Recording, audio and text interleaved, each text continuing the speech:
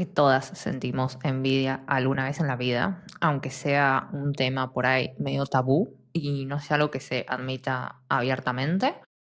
Es algo que creo que nos atraviesa a todos los seres humanos, pero curiosamente es una emoción de la que casi nadie habla con demasiada honestidad. La envidia en mi caso aparece cuando estoy, por ejemplo, demasiado tiempo en las redes sociales, cuando me la paso consumiendo en vez de creando. Ese es mi momento en el que noto que siento como más envidia de lo habitual.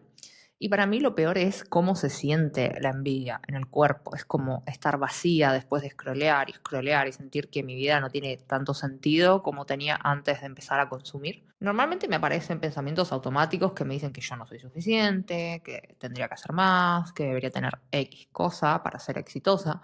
Pero creo que nadie habla abiertamente de la envidia. Al menos yo no he visto a tanta gente hablando de esto.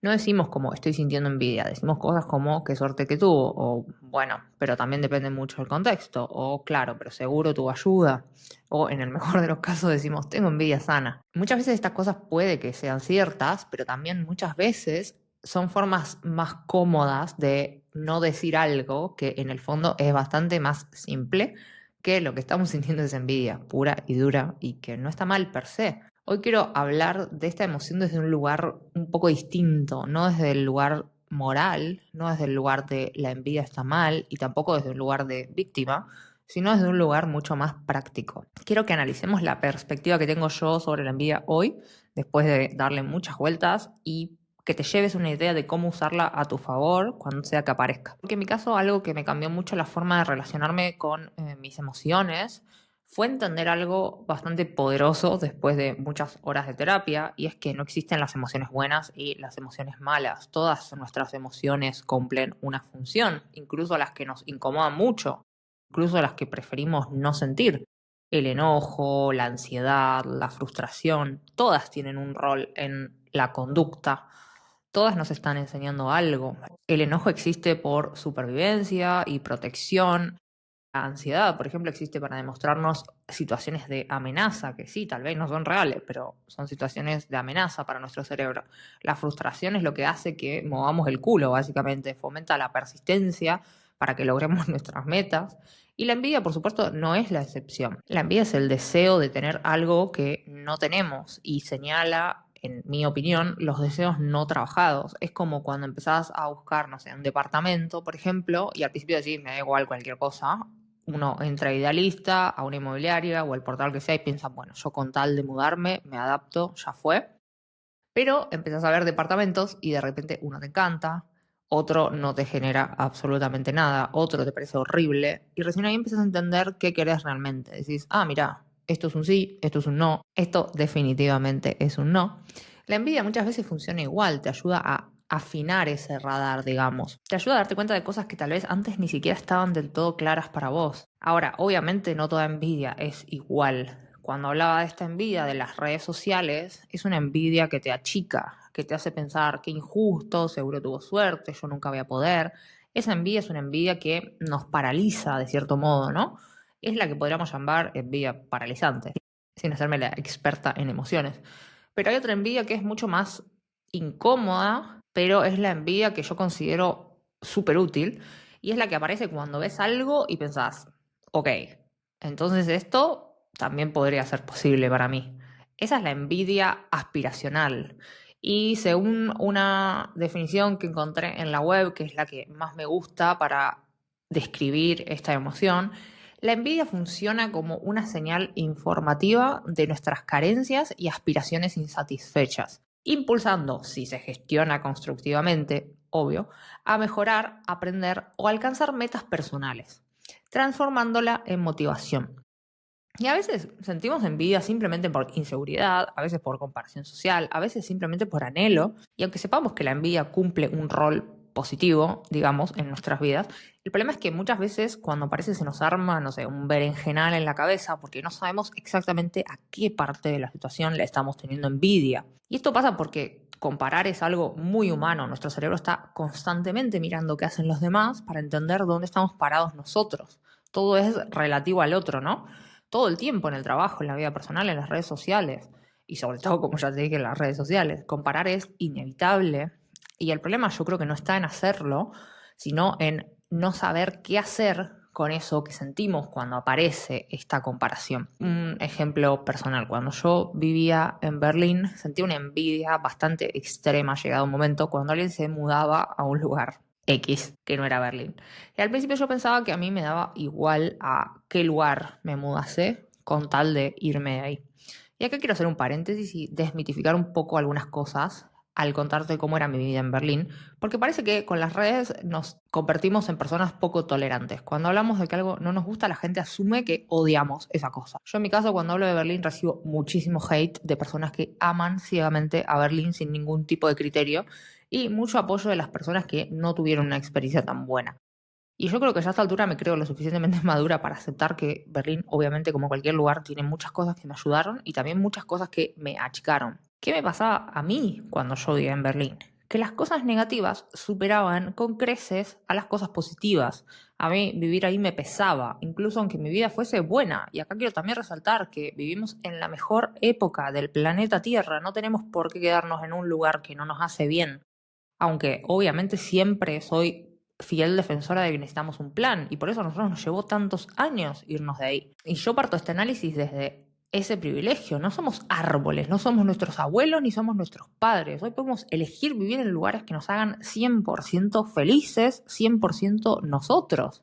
Y seguro acá me vas a decir, bueno, pero Efi, no existe el lugar 100% perfecto. Y yo te voy a decir, eso es mentira. Sí existe un lugar 100% perfecto según tu lista de prioridades. Pasa que tenés que tener muy clara tu lista de prioridades. Yo cuando decidí irme de Berlín, decidí dejar esa vida que para mí era mediocre, porque no había check en las cosas que a mí me llevan a la perfección. Yo ya no podía vivir rodeada de gente que solo se queja y es infeliz. Y no hablo de cambiar de amigos, porque hay un común denominador en Berlín y es que la gente, mucha gente, está deprimida.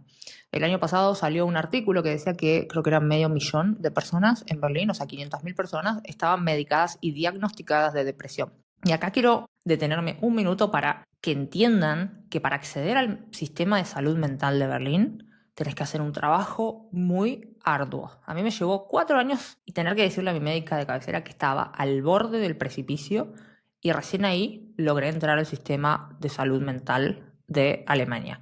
Entonces, si de 4 millones de habitantes, medio millón están diagnosticados y tratados con depresión, imagínate cuántos hay deprimidos y arrastrando infelicidad en todos los entornos que tocan, pero no están tratados. Y también sumemos la gente que no cree en la salud mental, entonces creen que están bien y no se tratan, y esas personas están por ahí dando vuelta en todos lados, ¿no? Y es una cuestión de muchos factores, pero yo creo que la falta de luz es el principal.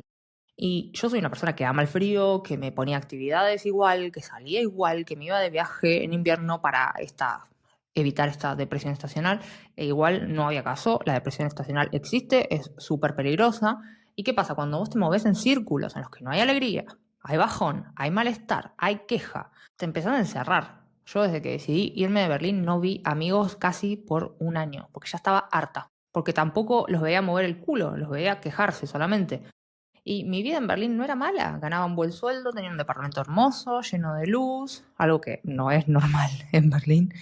Pero es una ciudad que a mí me comprimía, que no me dejaba expandirme, no me dejaba brillar. Es como que sacaba lo peor de mí. Entonces llegó un momento que yo sentía mucha envidia y pensaba que ya me daba igual con tal de irme ahí, denme un pasaje a donde sea, yo me voy. Pero ya a esta altura, después de mucha terapia, sabía prestarle atención a las señales, ¿no? Y que cuando la envidia aparecía, tenía que prestarle atención de verdad, porque normalmente ahí había información. Entonces empecé a buscar patrones. ¿Me daba envidia cualquier lugar? No. O sea, cuando alguien se mudaba a otro lado de Alemania me daba ganas de morir también. Decía, ok, no, por ahí no es. Cuando alguien se mudaba a un pueblo de montaña, en el medio de la nada, aunque fuesen los Alpes suizos, tipo postal de Navidad, hermoso, a mí no me generaba absolutamente nada. Era como, ay, qué bonito, pero cero deseo. Lo mismo cuando, por ejemplo, algunas conocidas empezaron a volverse a Argentina. O sea, hay algo que yo tengo muy claro, es que por ahí mi deseo no está. Ahora, sí me empezó a pasar algo cuando veía gente irse de Alemania a España. Hubo un boom bastante grande de españoles que emigraron a Alemania y a Suiza también hace un tiempo. Y después de algunos años, cuando ya tenían experiencia, tenían skills, cuando ya habían construido una carrera y hablaban varios idiomas, empezaron a volverse a España. Pero no a cualquier trabajo, obviamente, volvían con sueldazos mejores que en Alemania, con trabajos remotos, con empresas propias, con carreras consolidadas, y ahí estaba mi envidia. Yo ahí, me moría, o sea, ahí era la envidia. Y fue muy interesante porque ahí empecé a ver un patrón, y cuando empecé a verlo no podía dejar de verlo. No quería cualquier cosa, era muy específico, era eso, era ese estilo de vida, era ese tipo de decisiones, era ese tipo de libertad. Eso era lo que yo quería. Y ahí es donde aparece la envidia como un motor, como una fuente de inspiración. Y también como esta idea de que si otra persona lo logró, entonces también está habilitado para mí. Y acá hay algo interesante, que es que muchas veces pensamos que envidiamos exactamente lo que tiene la otra persona, pero la mayoría del tiempo no es eso. A veces no envidiamos el departamento o el trabajo o el país. Lo que envidiamos es la libertad que vemos detrás de esa decisión, no el salario. Es lo que el salario permite, no el país, es el tipo de vida que ese país habilita, no es el cargo, es la autonomía que ese cargo te da. Hoy hacía una clase de mi curso de empresarias y la mentora hablaba de los tipos de libertad que nos habilita tener un negocio digital rentable y exitoso, ¿no? Y ella mencionaba la libertad de tiempo, de ubicación, financiera, creativa y de opinión también. Y nos explicaba cómo el mismo tipo de libertad se ve diferente, obviamente, en cada profesional. Para vos, la libertad de ubicación puede ser trabajar desde Bali o desde el auto cuando vas a buscar a tus hijos al cole. Para mí es poder vivir en Donosti. Yo creo que acá es lo importante, ¿no? Ver a la envidia como una brújula que nos acerca a ese tipo de libertades que nosotras queremos. Cuando algo a mí me empieza a hacer ruido, cuando empiezo a compararme, cuando algo me incomoda, sé que tengo que prestar atención porque ahí hay información. Yo siento que la envidia puede ser nuestro mejor mapa. Puede mostrarnos cosas que pensábamos que eran inalcanzables o incluso imposibles o que pensábamos que ni siquiera existían, o que no sabíamos que existían.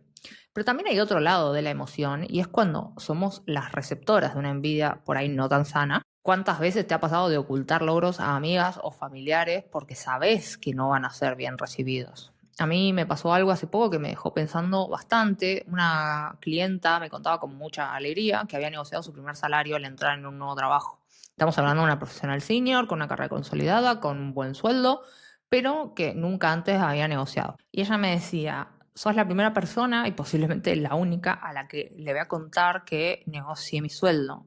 Y yo le pregunté por qué y me dice que no podía contárselo a sus amigas, menos a sus familiares, porque todas tenían sueldos muy bajos, viviendo en un país de Europa también, y todas estaban bastante estancadas hacía muchos años. Y tenía miedo de que no lo recibieran bien y aparte no la iban a entender y tampoco iban a compartir esa alegría.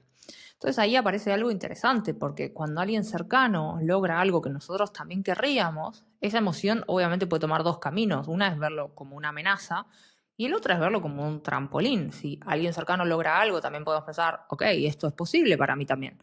Podemos preguntarle cómo lo hizo, podemos pedirle el consejo de ese curso que tomó o lo que sea. Pero muchas veces lo que pasa es que si no estamos accionando hacia ese deseo, la envidia se transforma en otra cosa, en resentimiento, en crítica, en minimización. Bueno, pero seguro tuvo suerte. Bueno, pero no todo el mundo puede. Bueno, pero también depende, porque vos ganás en euros. Y de nuevo, ¿no? Puede ser cierto, pero muchas veces también es una forma de no enfrentar algo mucho más incómodo, que es aceptar que también podríamos obtener eso. Y que para llegar ahí probablemente tengamos que hacer cambios, cambios que son incómodos, cambios que implican esfuerzo, cambios que implican asumir riesgos, cambios que muchas veces implican mover el culo mucho tiempo hasta que las cosas se acomoden.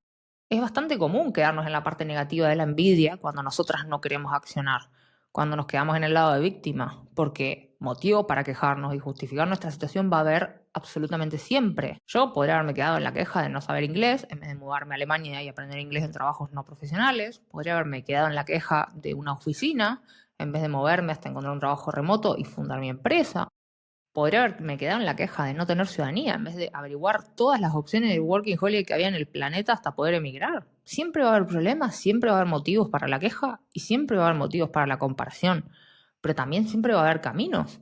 Y muchas veces la envidia es la que nos muestra esos caminos, es ver esas otras realidades como posibilidades a alcanzar, que podemos abrir literalmente un mundo lleno de opciones. Pasa que mucha gente envidia el resultado, sin saber todo el esfuerzo que ese resultado les llevaría si ellos lo intentaran. Por ejemplo, cuando yo emigré por primera vez de Argentina a Alemania, Sentí que muchísima gente me envidiaba, perdí muchas relaciones también y fue súper doloroso. Y me llevó también un tiempo a entender que esas personas envidiaban mi resultado. Ellos solo veían, Estefanía hoy vive en Alemania. No veían que yo trabajé de delivery para mantenerme y pagarme las clases de alemán, o que vivía en un depto así chiquitito de 32 metros cuadrados, cuando antes vivía en Argentina en 70 y tenía un auto 0 kilómetros. Es muy fácil quejarnos en ese lado de la envidia. O sea, ¿cuántas veces sentiste envidia a una mujer exitosa que viste en redes, que tiene libertad financiera y un negocio muy, pero muy rentable? Yo un montón de veces. Pero lo que hay detrás de eso es un esfuerzo que muchas no están dispuestas a hacer. Está sostener un trabajo full time a la par por años. Está probar productos que no son tan exitosos. Está exponerte al cringe de crear y no saber quién te va a atacar cuando vos seas vulnerable. Está trabajar sábados, domingos, días de semana hasta las 2 a.m. Porque el éxito viene junto a una gran responsabilidad y a un gran sacrificio, al menos al principio. El sacrificio es mucho más grande que los resultados en casi todo lo que es difícil en esta vida. Si quieres hacer un ejercicio simple con esto, pensá, por ejemplo, en 3 personas que te generan envidia y pregúntate algo que es bastante sencillo. ¿Qué es exactamente lo que estoy envidiando? ¿El dinero, la libertad, la valentía de haber tomado esa decisión? Porque ya te dije, si alguien ya lo hizo, vos también puedes hacerlo. Y si nadie lo hizo aún, ¿por qué no podrías ser vos la primera?